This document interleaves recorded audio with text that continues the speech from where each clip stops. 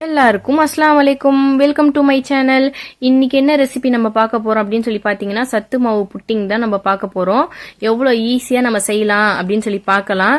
சத்து மாவுனாலே பசங்க வந்து சும்மா ஒரு கோப்பையில போட்டு அதை அள்ளி தான் சாப்பிடுவாங்க.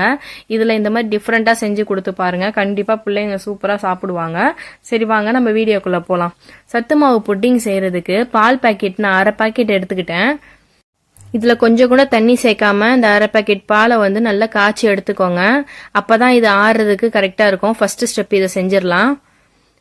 இதை ஒரு பக்கம் காய்ச்சதுக்கு அப்புறம் எடுத்து ஓரமா வச்சுட்டேன். இதுக்கப்புறம் கேரமல் செய்யறதுக்கு நான் ஒரு 3/4 கப் அளவுக்கு நான் சர்க்கரை இதுல போட்டுக்கிறேன். நான் குவான்டிட்டி கொஞ்சம் அதிகமா செய்யறதுனால 3/4 கப் எடுத்திருக்கேன். உங்களுக்கு கேரமல் கொஞ்சம் கம்மியா வேணும் அப்படின்னா ஒரு 1/2 கப் கூட போட்டுக்கோங்க. போட்டுட்டு அது சக்கரை அதில் ஒட்டிட்டு இருக்கும் பார்த்தீங்களா, அதை கொஞ்சோண்டு கழுவி அதில் ஊற்றுங்க. இல்லைனா வந்து ஒரு 1/4 கப்பு இல்லைனா அதை விட கொஞ்சம் கம்மியாக ஒரு 3 ஸ்பூன் அளவுக்கு தண்ணி ஊற்றி அதை நல்லா கேரமில் வந்து கிண்டி விடுங்க. கொஞ்சம் கெட்டி கெட்டியாக இருக்கிற மாதிரி இருக்கும். நான் கிண்டிக்கிட்டே இருந்தீங்கன்னா அப்படியே இலகிரும், நல்லா இந்த மாதிரி வந்துடும்.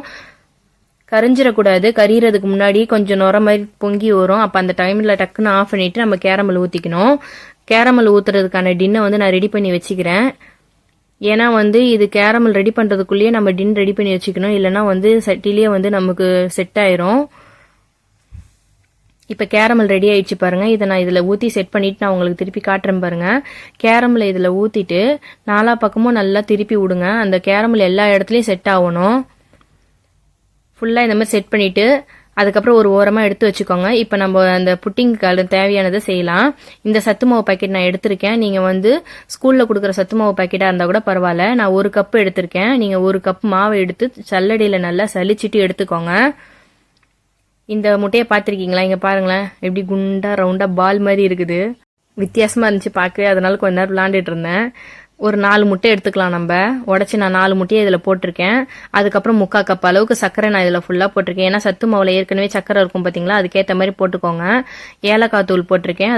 அதுக்கப்புறம் வந்து பால் ஊற்றிருக்கேன். எவ்வளோனா 1 கப் மாவுக்கு 2 கப் பால் ஊற்றணும். அதை போட்டுட்டு அதுக்கப்புறம் மிக்சியை மூடிட்டு பிளெண்ட் பண்ணி எடுத்துக்கோங்க. கொஞ்சம் கொஞ்சமாக இந்த மாதிரி பிளெண்ட் பண்ணி எடுத்துக்கோங்க.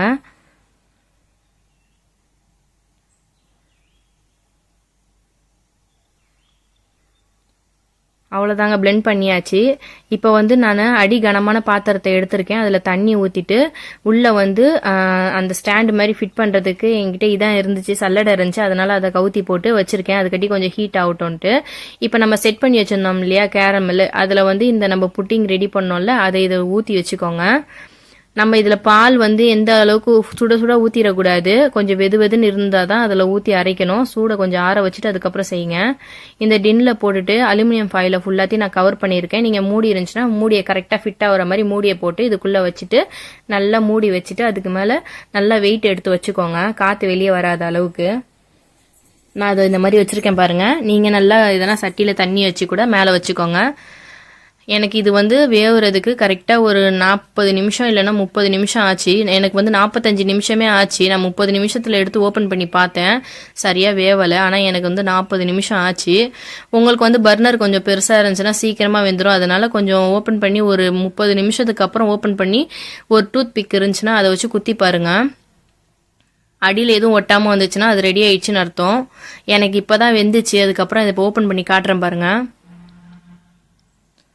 அவ்வளோதான். இப்போ நான் குத்தி காட்டுறேன். எனக்கு ஒட்டாமல் வந்துச்சு அழகா.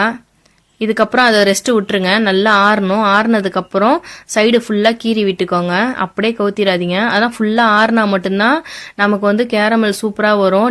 இப்போ நான் ஃபுல்லாக கீறி விட்டுட்டேன்னா இதுக்கப்புறம் வந்து ஒரு தட்டு எடுத்துகிட்டு அதில் அப்படியே கவுத்தி விடுங்க. கவுத்தி விட்டுட்டு மேலே நல்லா நாலா பக்கமும் தட்டி விடுங்க. தட்டி விட்டுட்டு அதுக்கப்புறம் தூக்குனீங்கன்னா அழகாக வந்துருச்சு பாருங்க புட்டிங். அவ்வளோதான், நம்மளோட சத்து மாவு புட்டிங் வந்து ரெடி ஆயிடுச்சு. இது 2 லேயர் மாதிரி இருக்கும். மேலே வந்து சத்து மாவு இருக்கும், அதை சாப்பிடும் போது கொஞ்சம் தடிமனாக இருக்கிற மாதிரி இருக்கும். கீழே வந்து முட்டையோட இது இருக்கும். 2 லேயர் மாதிரி இருக்கும். சூப்பராக இருக்கும், பார்க்கவே டேஸ்ட்டாக இருக்கும். இந்த மாதிரி ஒரு வாட்டி செஞ்சு பாருங்க, பசங்களுக்கு செஞ்சு கொடுங்க, உண்மையிலே விரும்பி சாப்பிடுவாங்க. இதை ட்ரை பண்ணி பார்த்துட்டு எப்படி இருந்துச்சுன்னு சொல்லி எனக்கு கமெண்ட்ல சொல்லுங்க. இந்த வீடியோ உங்களுக்கு பிடிச்சிருந்துச்சுன்னா லைக் பண்ணுங்க, ஷேர் பண்ணுங்க, மறக்காம சப்ஸ்கிரைப் பண்ண மறந்துடாதீங்க. அந்த பெல் ஐக்கானை வந்து கிளிக் பண்ணி வச்சுக்கோங்க. அப்பதான் நான் போடுற வீடியோஸ் எல்லாமே உங்களுக்கு நோட்டிஃபிகேஷன்ல வரும். தேங்க்ஸ் ஃபார் வாட்சிங்.